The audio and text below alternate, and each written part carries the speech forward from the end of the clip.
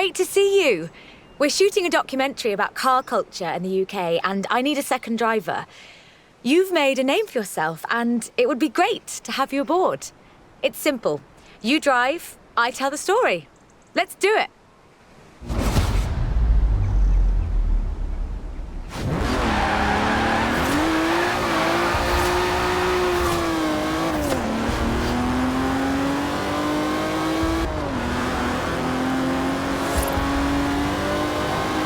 From Aston Martin to McLaren and Bentley, Great Britain is home to over a century of automotive excellence. I'm Rebecca Dawson. Welcome to British Racing Green, a documentary celebrating that history. The Aston Martin DB5 Vantage was the quintessential Grand Tourer of the 1960s, combining British engineering and Italian design.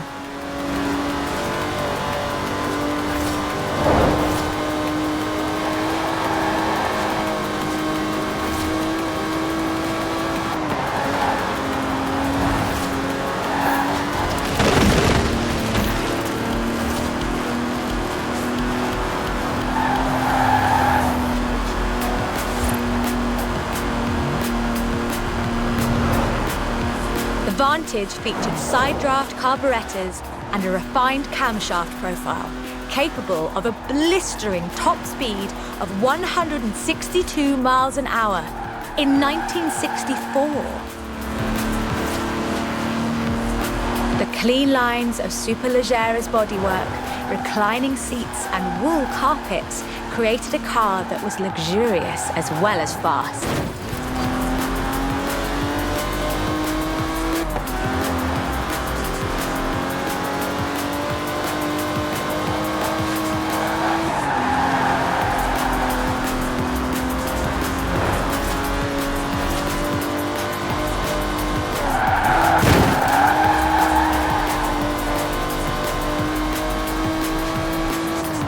This car would form the basis for the DB range, with later cars improving on the design in many ways.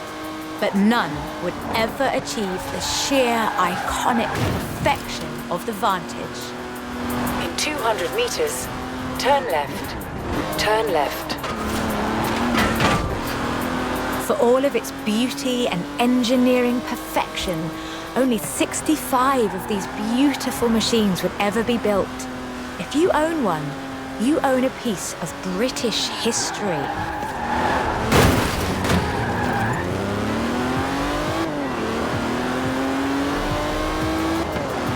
In 200 meters, you will arrive at your destination.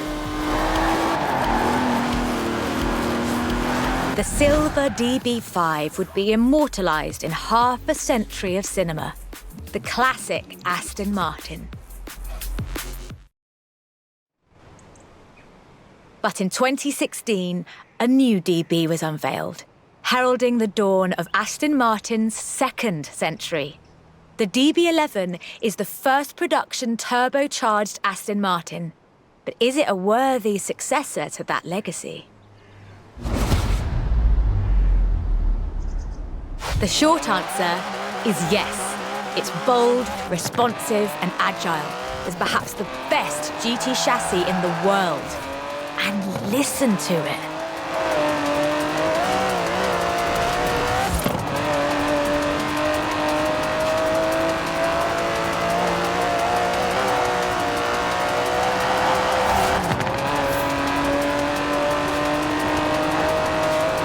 Able to hit 60 miles an hour in 3.5 seconds, the DB11's 5.2-litre twin-turbo V12 boasts a top speed of over 200 miles an hour.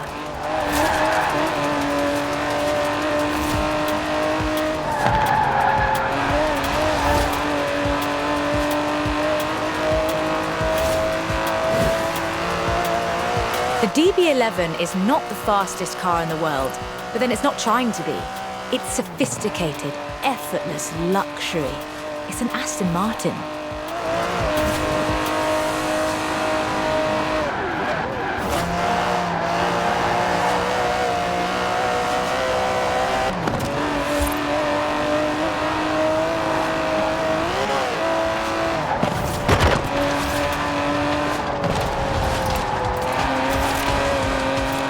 DB11's front strakes channel air to create a virtual spoiler, providing downforce without compromising the car's clean lines. Brilliant.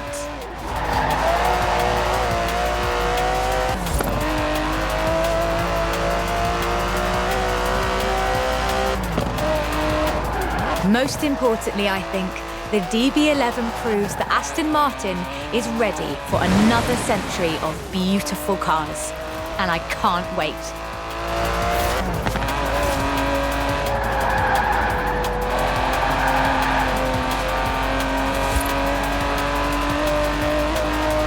Beautiful as they are, Aston Martins are only one of many cars made in the United Kingdom. Let's see what else is out there.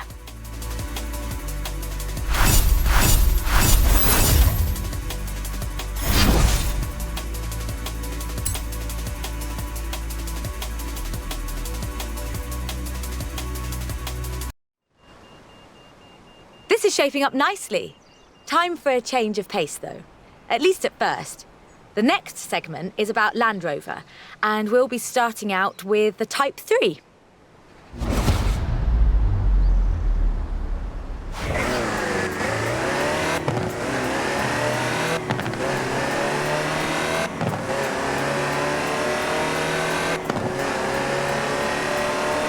Land Rover, the British sports utility vehicle. But before that, they were actual utility vehicles. Solid, tough trucks, unstoppable over almost any terrain. In 400 meters, turn left.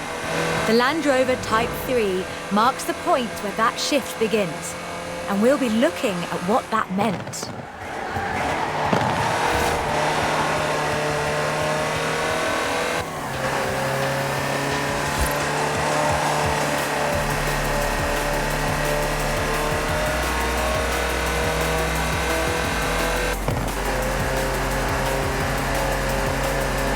Land Rovers have taken on almost every task imaginable. They've been generators, tractors and ambulances. They've brought peace and carried medicines to disaster zones. They've even been buses. Over 500,000 Series 3s were built, and over 70% of those are still on the road today. They were extensively exported and built under license abroad. Belgium, South Africa, even Australia and New Zealand.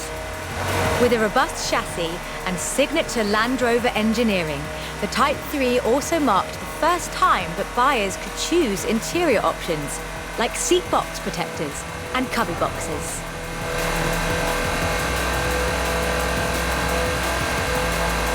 That trend continued, and by 1982, Land Rover were offering the county-spec Type 3. Leisure drivers could choose from such luxuries as all-cloth seats, soundproofing and tinted glass.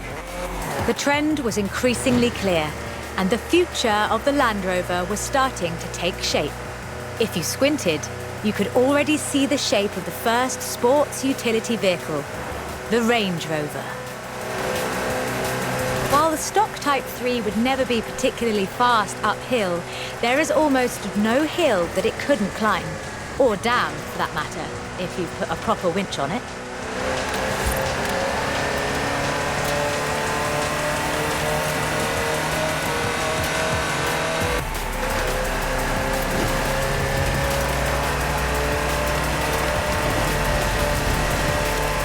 In 1978, a Series 3 was custom built for Her Majesty Queen Elizabeth II. It only had 1,892 miles on the clock when it was auctioned into private hands. And it was in perfect condition. It would be. After all, she trained as a mechanic in the 1940s and will likely remain the only royal able to strip and rebuild an engine. Turn left. In 200 meters, you will arrive at your destination.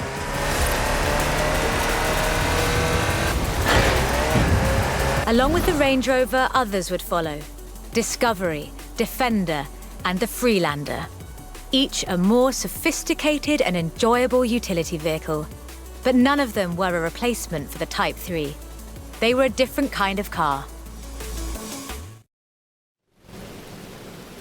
The Type 3 was arguably the first sports utility vehicle, an evolution of the design that would lead ultimately to this. The Bowler Nemesis, an off-road racing vehicle that turned into a production SUV, the Nemesis EXR. It sports a turbocharged 5-litre Land Rover Jaguar engine, crammed into a carbon fibre chassis with integral roll cage. It even has the grille, headlights and rear lights from a Range Rover.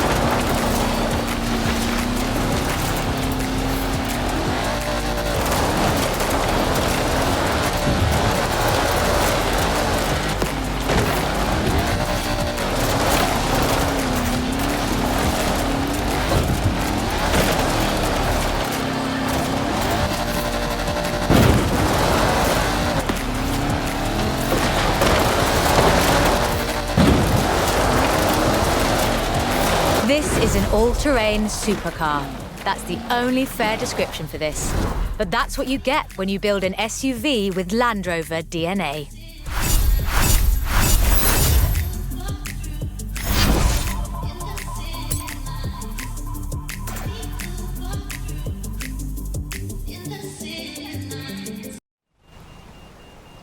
Hope you're enjoying yourself. I know I am.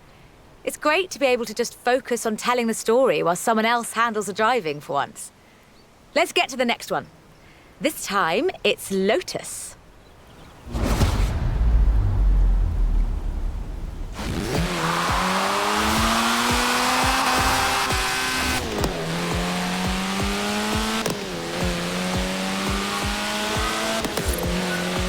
Lotus Engineering Limited began as many stories in British engineering do.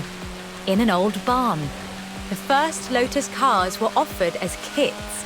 You built them yourself. From 1962, they began to actually build the cars themselves. The Elan Sprint showed exactly what they intended to do. Built around a steel backbone with a fiberglass chassis, the Sprint weighed in at a meager 687 kilos parked on the curb. On the road, this translated into brilliant agility and fantastic performance.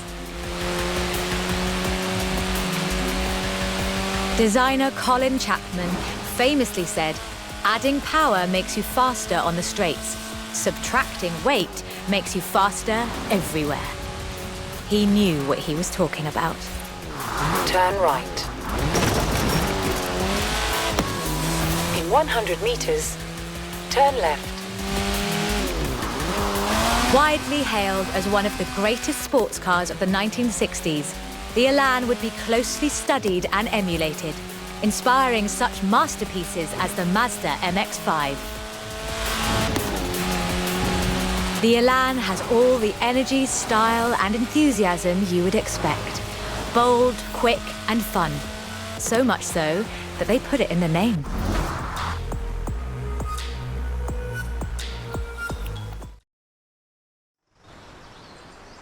The Elan Sprint was a financial as well as an engineering success for Lotus, validating their approach to design and resulting in a whole family of light, agile roadsters.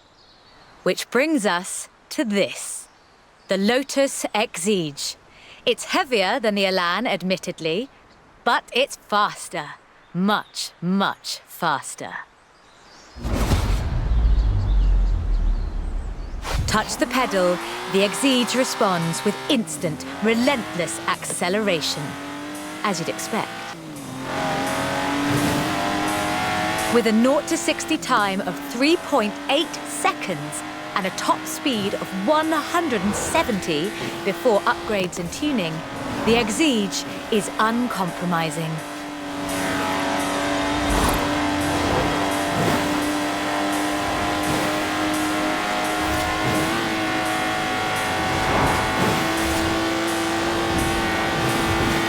And there's no power steering, so you can really feel the road. A genuinely thrilling drive, and one that isn't afraid to demand you take it seriously.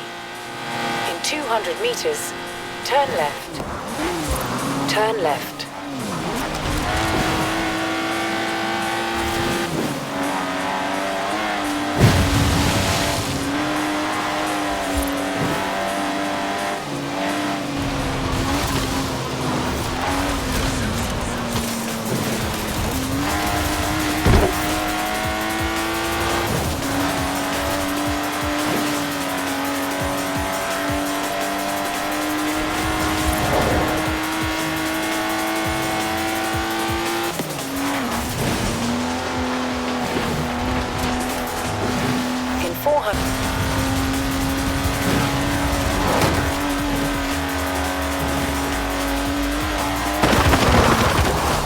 And with rumoured launches of 2 new cars in 2020, Lotus looks set to push the benchmark of the experienced sports car well into the next century.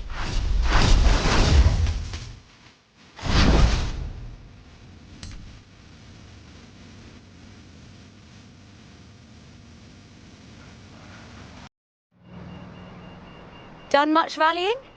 That's a joke. We've all seen what you've been up to. We're doing the next bit on location. You'll see why when you get there.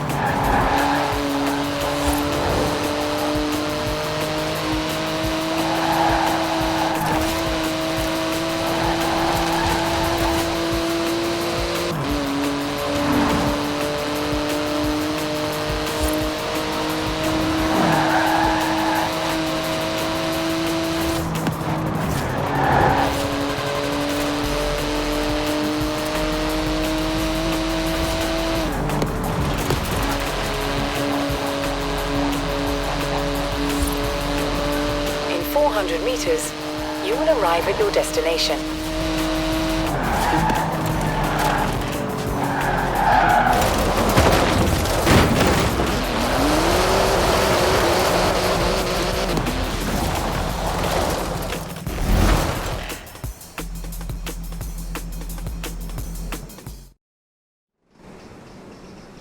Ford, that most American of cars.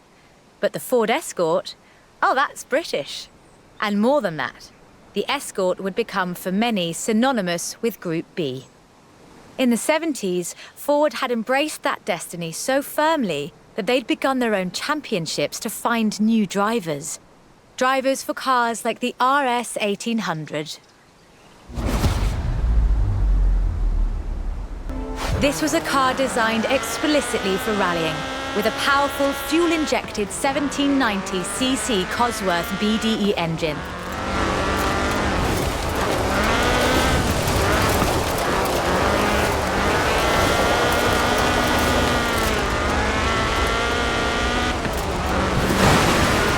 Homologation rules required that all cars entered into the group be production, So Ford built 200 of them.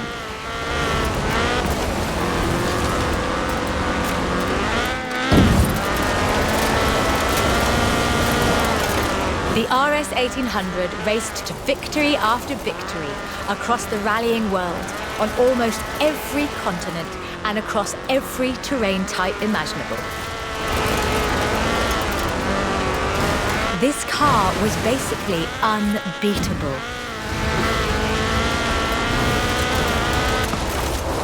The RS 1800 brought home 17 World Rally Championship victories for Ford.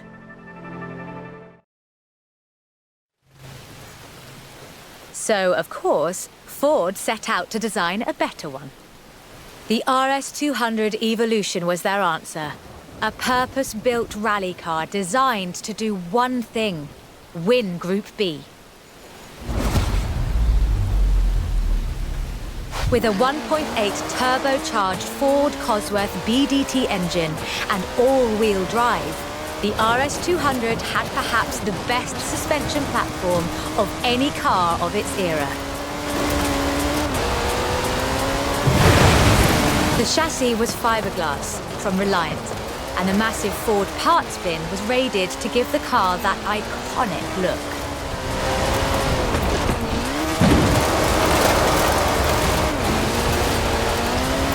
But while the car had potential, turbo lag at low RPM and a poor power-to-weight ratio meant that it never placed better than third.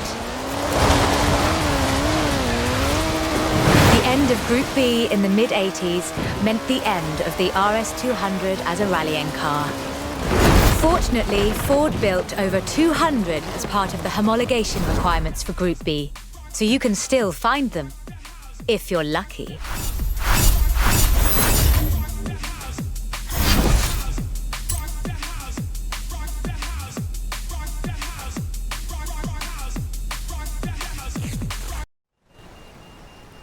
You know, I really like this car. Not that I'd want to drive it for too long. Squeeze yourself in there and let's see just how fast you can make it go. Which won't be too fast. But hey, I could be surprised.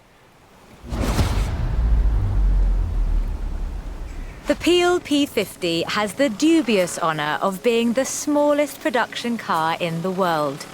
A one-door micro-car coupe, featuring a 42cc air-cooled engine capable of a heinous 38 miles an hour. And a handle, so you can pick it up and carry it with you when you get to work. And keep in mind that this is the production version. The prototype had the single wheel at the front. Why would you think that was a good idea?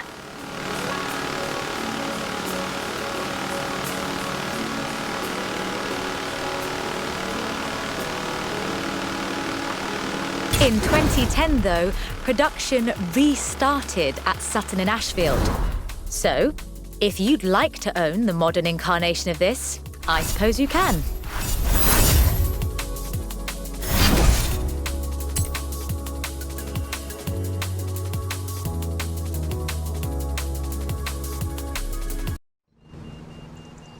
Hey there! How about a car with some actual legroom and some actual speed? This section's about what happened when McLaren decided to make a road car. You're going to enjoy this.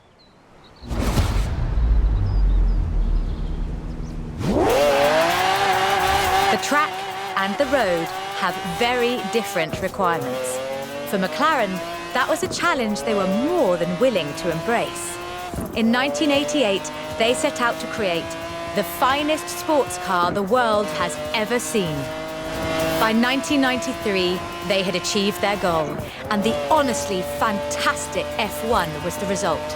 106 would be built across all variants, and it remains one of the very best road cars ever made.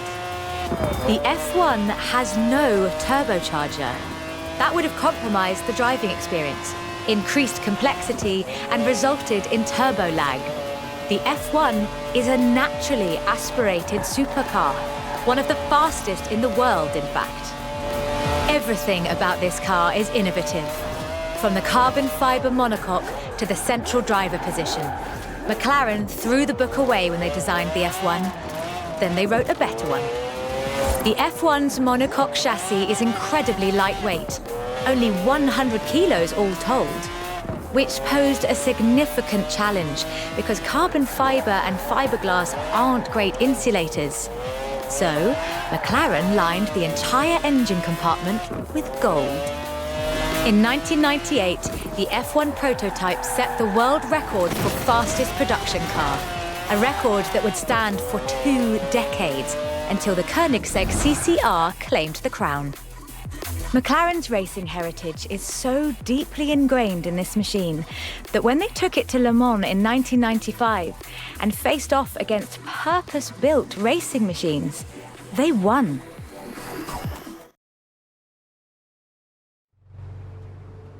So, with something like the F1 to live up to, where do you go next? Well, you throw the book away again and write an even better one.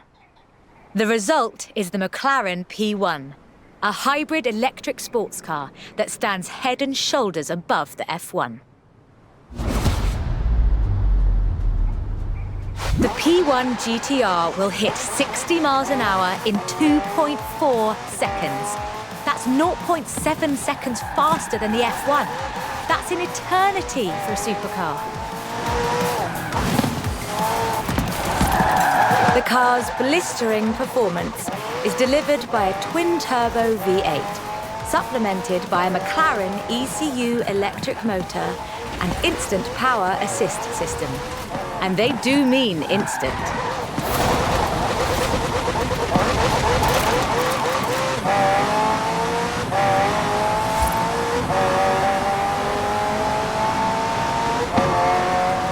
Remember those problems with turbo lag? McLaren solved that with the hybrid drive. While the turbos build pressure, the electric motor drives the wheels. No turbo lag, just torque. And because it's a hybrid, it has an all-electric range. Running on batteries alone, that's 6.2 miles. A bit more if you're going downhill. I quite like sleeper cars. Did Alex ever tell you the story of what we got up to in Colorado? There was this sleeper car competition, you see. Let's just say no one was ready for the sunbeam.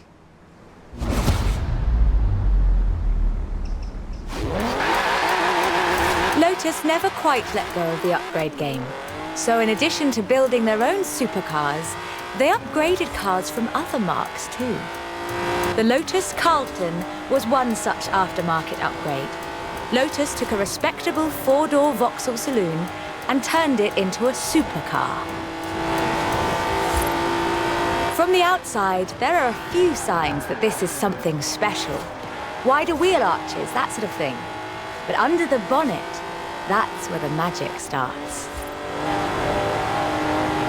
Engine capacity was increased to 3.6 litres, and twin Garrett T25 turbochargers were added. The engine block was reinforced, and new crankshafts were forged by Opel and machined in Germany. At the roundabout, take the 3rd exit. The tyres were widened, and the tyre compound from the Lotus Esprit was used. To handle camber change issues, they put in the self-leveling suspension from the Opel Senator. The only upgrade they didn't put in was an electronic speed limiter. All of this resulted in the Lotus Carlton, designated Type 104 by Lotus. A 177 miles per hour supercar, masquerading as a 4-door saloon. Only 950 of these custom gems were built, and they've become something of a modern classic. The Lotus Carlton was an example of how to turn a saloon into a supercar. But that's not the only thing Lotus got up to. In 1979, Chrysler approached Lotus to create a strict rally version of their Sunbeam 3-door hatchback. Lotus, as you might imagine, rather enjoyed the challenge. They took the rear-wheel drive hatchback and changed everything that matters. They stiffened the suspension, improved the anti-roll bars, and widened the transmission tunnel.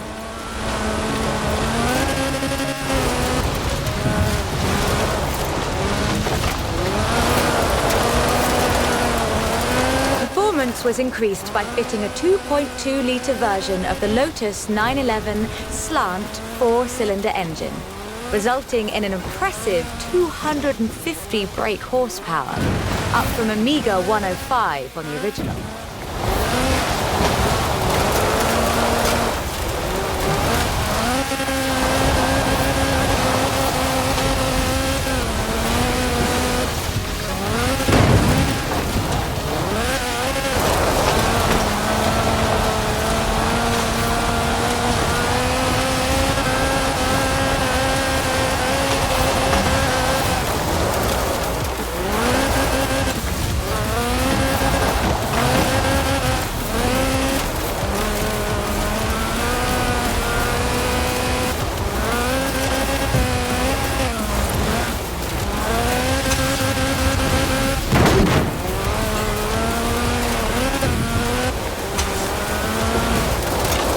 Makes you wonder if Lotus should do more conversion. That's a silly question, actually. Lotus should do more conversions. In fact, I'll call them right now.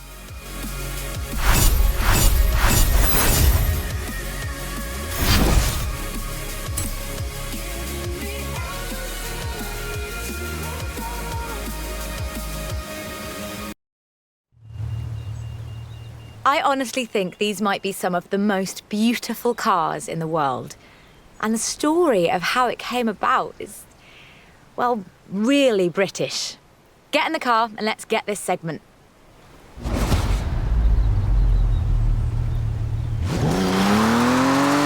Jaguar is a bit of a favourite of mine. The company is almost 100 years old and was originally founded to build sidecars for motorcycles. But this is the car that really set the bar, I think. The 1961 E-Type. When he saw it, Enzo Ferrari called it the most beautiful car in the world. High praise indeed. He wasn't alone in his admiration.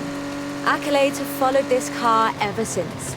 It's been in movies, comics, games, and TV shows. Unlike some later cars in the marque, it wasn't just looks though.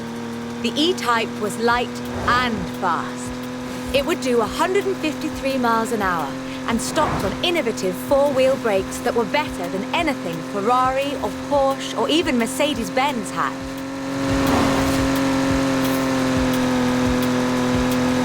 It was solid too, with a design based on the D-Type that won the 24 Hours of Le Mans 3 years in a row. At the roundabout, take the second exit. Anyone who owns an E-Type will tell you that the key to their reliability is to drive them regularly, as if you'd need the excuse.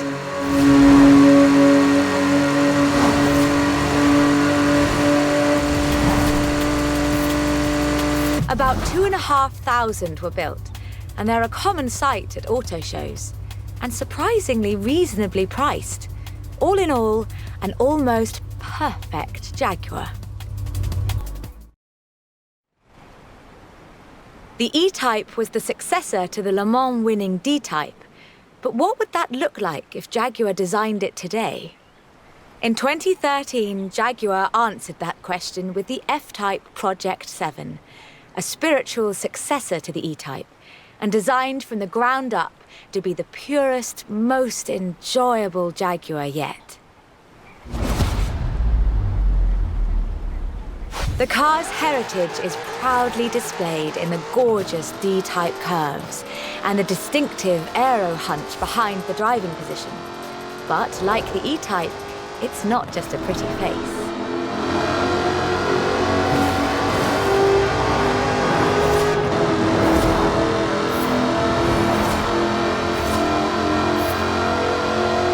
Powered by a 5-litre V8 supercharged engine, with a fully aluminium body, it's blisteringly fast, with a 0 to 60 speed of 3.8 seconds and a top speed of 186 miles an hour. A car as beautiful as this must surely have been a carefully authored design. Actually, it started as a sketch by designer Cesar Pieri, thrown together one Friday in his free time. Jaguar's design director, Ian Callum, saw the sketch in a thumbnail on César's computer during a meeting and asked him what it was. The rest is history.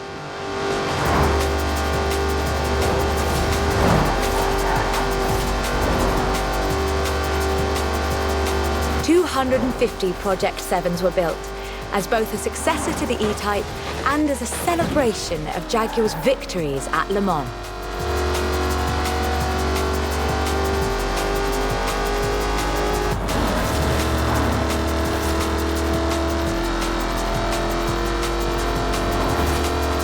I think I speak for all of us when I say, thank heavens for César's Friday afternoon doodle.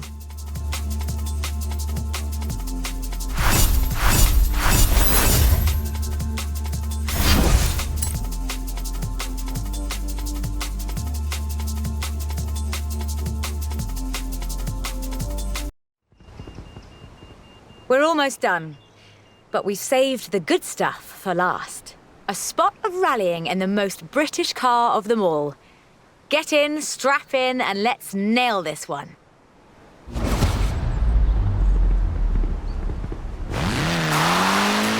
There is one car built in Great Britain that is, quite fairly, considered one of the most influential cars of the century. It's a surprisingly spacious little city car with a side-mounted engine. It's an icon of popular culture. It's been built on every continent where there's a car factory. It's the Mini. The Mini Cooper S was built to be a performance machine with deeper engines, twin carburetors and front disc brakes. This scrappy little machine would go on to achieve more than 30 racing victories in the 1960s and 1970s. A Mini Cooper S flying number 37 placed first at the 1964 Monte Carlo Rally. Driven by Paddy Hopkirk and Henry Liddon, this was the last time an all-British crew would win the event. But not the last time a Mini would. At Monte Carlo in 1966, Minis took the first, second and third positions. They were all disqualified because they had dimming headlamps. Not because they were winning everything in sight. In 1999, the Car of the Century Award was presented to the most influential car of the 20th century. The Mini came second. It was beaten by the Model T Ford. That's fair, I suppose. 5.3 million Minis would be sold, making it the most popular British car.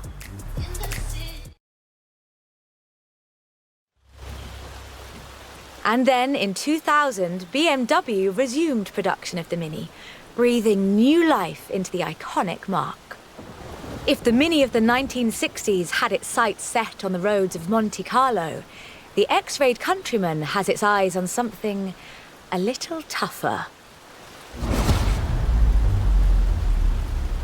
The deserts and rough terrain of the Dakar, for starters. A wit once said that the only thing Mini in this monster was the pedal. That's rather missing the point, I think. The X-Rayed Countryman is much, much bigger than the Mini Cooper. It has to be. A stage of the Dakar demands literally tons of gear. You could call it a tank. It does rather sound like one.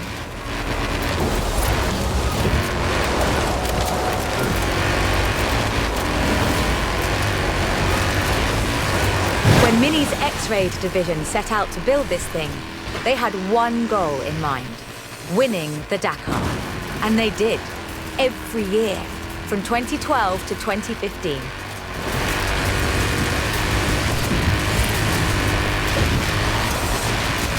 In 100 meters, turn right. It's designed to be driven for 2 weeks over deserts and badlands, 5 kilometers above sea level. And it still handles like a hot hatch on a nice bit of dry airspeed. Owners come and go. The heritage of a car like the Mini is more than who owns the keys to the shop. I fully expect to see Mini's wings flying for another century.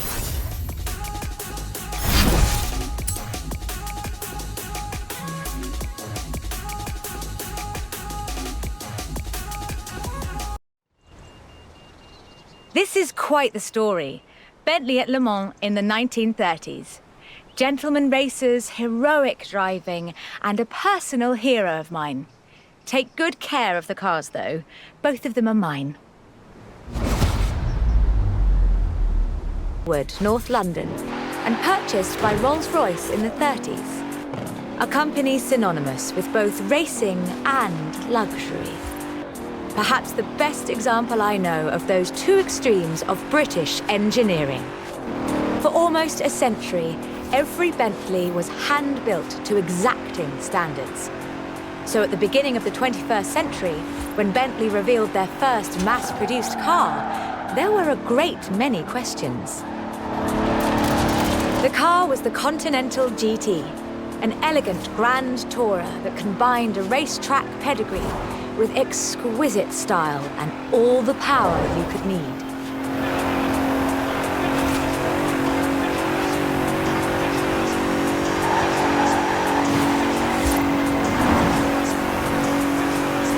The move to mass production has done nothing to blunt the Bentley experience. The 2017 Continental Supersport is responsive, fast, and beautifully designed.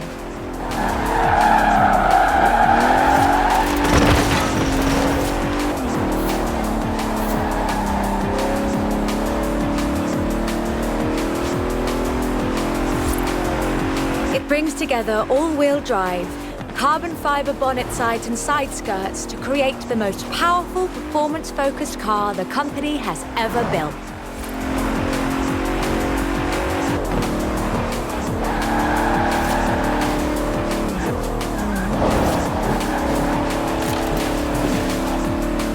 But never forget, Bentley's pedigree is racing, and the Bentley Continental embraces that. In 2007, a largely standard Continental Speed GT broke Bugatti's record for the flying kilometre on the frozen Baltic Sea. And then in 2011, they broke their own record.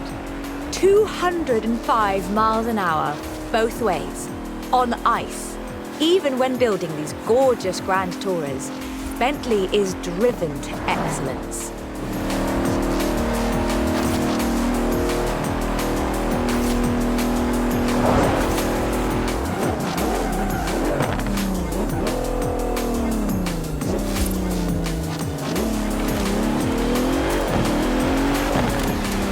Today, Bentley means modern, peerless luxury and elegance. But that's far from the full story. A century ago, Bentley meant something else entirely. It meant Le Mans. In 1930, eccentric race team owner Dorothy Paget financed a rather special Bentley at the Le Mans. It was a 4.5-litre supercharged masterpiece, driven by Sir Henry Bentley Boy Birkin. It posted the fastest time on the day, but it failed to finish. But what a race it was.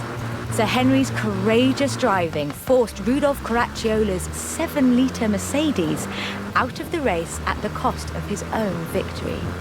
But in doing so, he handed the day to the Bentley Sixes. A gentleman racer indeed.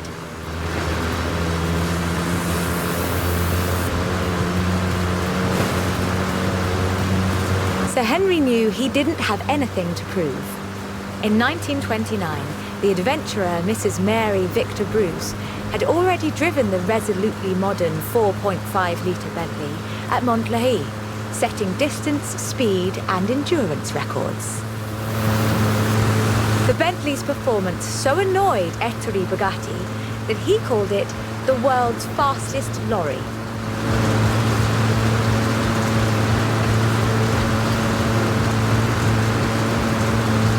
The blower had the last laugh, though. In 2012, it was sold at auction for over £4 million, which is more than enough to buy a Veyron and a racing truck, if you're keeping score.